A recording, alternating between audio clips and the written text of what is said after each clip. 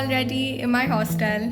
It is time to show you how I moved in, the entire process, the things that happened, and a bit of feelings as well. So yes, let's get on to the video.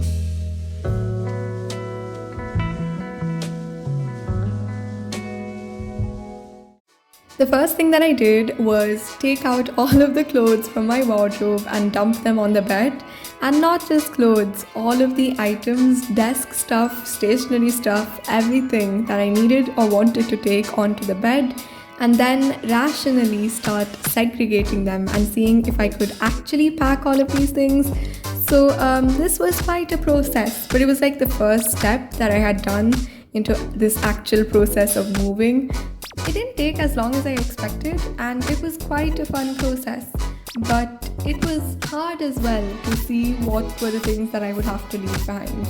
Then once packing was done, quite a lot of luggage you see, it was time to say bye to my brother. My parents were accompanying me on this train trip.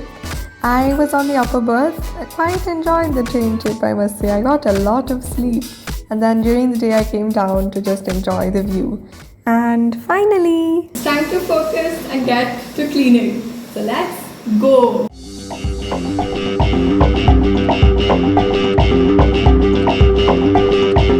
It certainly looks like I did most of the cleaning, but in reality,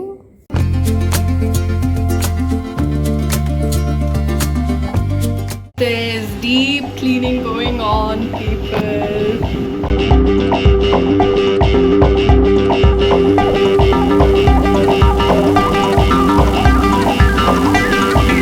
We are done with cleaning. How do you feel, Amma? Amma did so much. This is the bundle of garbage we have. Say bye, Amma. Can you say like, share, subscribe? Please like, share and subscribe. Yes, for Amma's hard work. My mom and me, especially my mom, we have literally nearly finished with unpacking. I've not arranged everything, but most of the things are done. So I'll give you a little tour.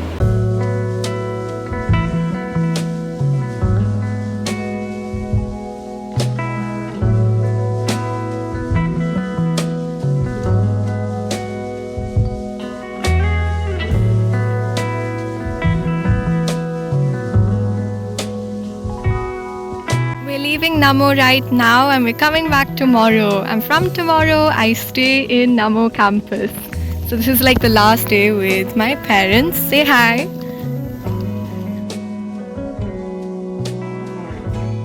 Let's talk about how today went. I didn't really record anything because I'm still like getting used to everything, but it was a fantastic day. I really enjoyed, and I've had fun today. We went for a morning walk and we went around Silvassa. For the first time I went on like a local bus and I felt happy, like I'm being independent, right? And we bought some things and then we came back. We played Uno, dumb charades.